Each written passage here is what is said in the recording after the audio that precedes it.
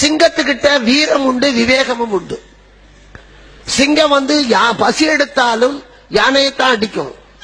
வேட்டையாடுகிற போது பெரிய மிருகங்களை அடிக்கும், சுண்டலியை போய் திங்காது. பசி எடுத்தால் தான் சிங்கம் வேட்டையாடுமே தவிர பசி எடுக்கவில்லை என்றால், நம்ம சின்ன குழந்தை படிச்சிருப்போம் சிங்கமும் சுண்டலியும்.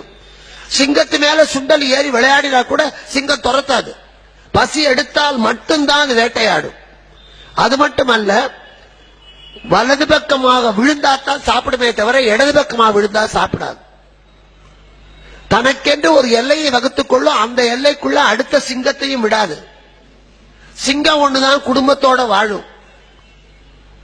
இந்த பெரிய பண்புகள் இருக்கிறதுனால தான் காட்டுக்கு ராஜா சிங்கம். சிங்கத்தை விட சிறுத்தை தான் வலிமையானது.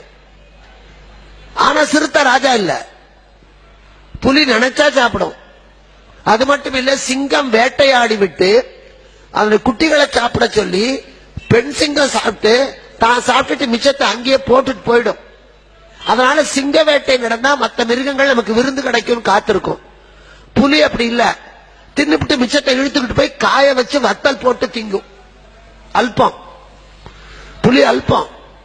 அதனாலதான் பெண்களை புலிம்பாங்க, ஆண்களை சிங்கம்பாங்க. வீட்டுல 4 கோலக்குழா இருக்கும்.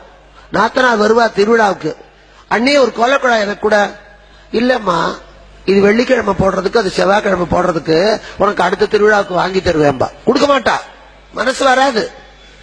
அந்த ஆண் சிங்கம் அவன் 2 பக்கம் பார்க்கும். சிங்கம் தான் இப்படி பார்த்து நடக்கும். மற்ற எல்லா மிருகமும் நேர பார்க்கும், குனிஞ்சு பார்க்கும், நிமிந்து பார்க்கும். ஆனா சிங்கம் மட்டும்தான் 2 பக்கம் பார்க்கும்.